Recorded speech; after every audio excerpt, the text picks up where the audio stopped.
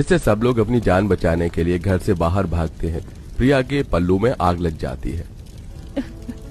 बाजी, बाजी आग, दीदी राजन। हे भगवान, भैया भाभी, आप माँ को बाहर ले जाइए, मैं प्रिया को लेकर आता हूँ।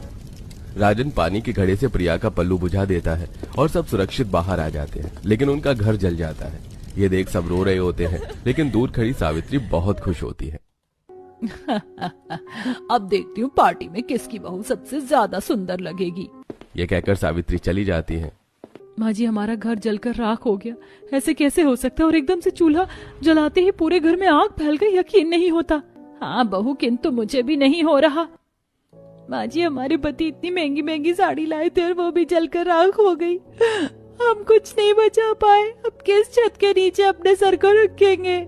यहाँ हमारा कुछ नहीं बचा, चलो कहीं चलते हैं। पूरा परिवार चलते चलते जंगल में बैठ जाता है। रात के अंधेरे में जैसे तैसे सो जाते हैं और सुबह होती है। सुबह हो गई, मैं चाय बनाने रखती हूँ आप सबके लिए। अरे मेरे दिमाग से निकल गया कि हमारा घर रात को जल गया। माँ जी, अब कहाँ जाएंगे हम? हमारे पास ना घर है, ना खाना बनाने के लिए कुछ नहीं है और ना ही कपड़े। अजी, आपकी सैलरी चली गई थी, लेकिन कोई तो दोस्त होगा ना जो आपकी मदद कर दे। ऐसे वक्त के लिए मेरे पास कोई दोस्त नहीं है प्रिया।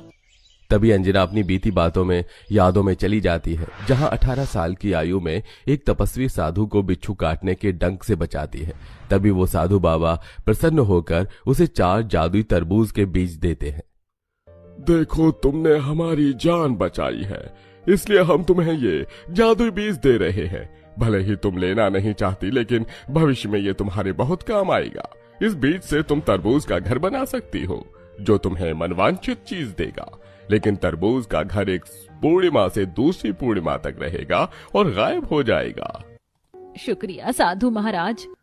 साधु महाराज वापस तपस्या में लीन होते हैं। वहीं अंजना को जादुई तरबूज के बीज का कोई काम नहीं होता, इसलिए वो वहीं किसी पेड़ के नीचे लाल कपड़े में दबा देती है। बच्चों, मुझे मिल गया कि हमारी मदद कौन करेगा। जल्दी मेरे साथ जंगल में बहुत पुराना बरगद का पेड़ है, उसे ढूंढो। पर माँ जी, क्यों? ढूंढो तो। पूरा परिवार बरगद के पुराने पेड़ को ढूंढ लेता है और सास उस जादुई बीज को अपने हाथ में लेकर खुशी से मंत्र बोलती है। अल्फा बीटा गामा, जादुई तरबूज का घर हो हमारा। सास के ये कहते ही जादुई तरबूज बीज से विशाल तरबूज घर बन जाता है। ये मैं क्या देख रहा हूँ, तरबूज का घर? लेकिन माँ जी, आपके पास से जादू कैसे आया? ये मुझे एक साधु बाबा द्वारा मिला है, जिनकी मैंने किशोरावस्था में मदद की थी। उसी का प्रतिफल है। चलो इसमें अंदर रहने चलते हैं। घर के सभी लोग जादुई तरबूज घर में जाकर बहुत खुश होते हैं। तरबूज घर अंदर से पूरा लाल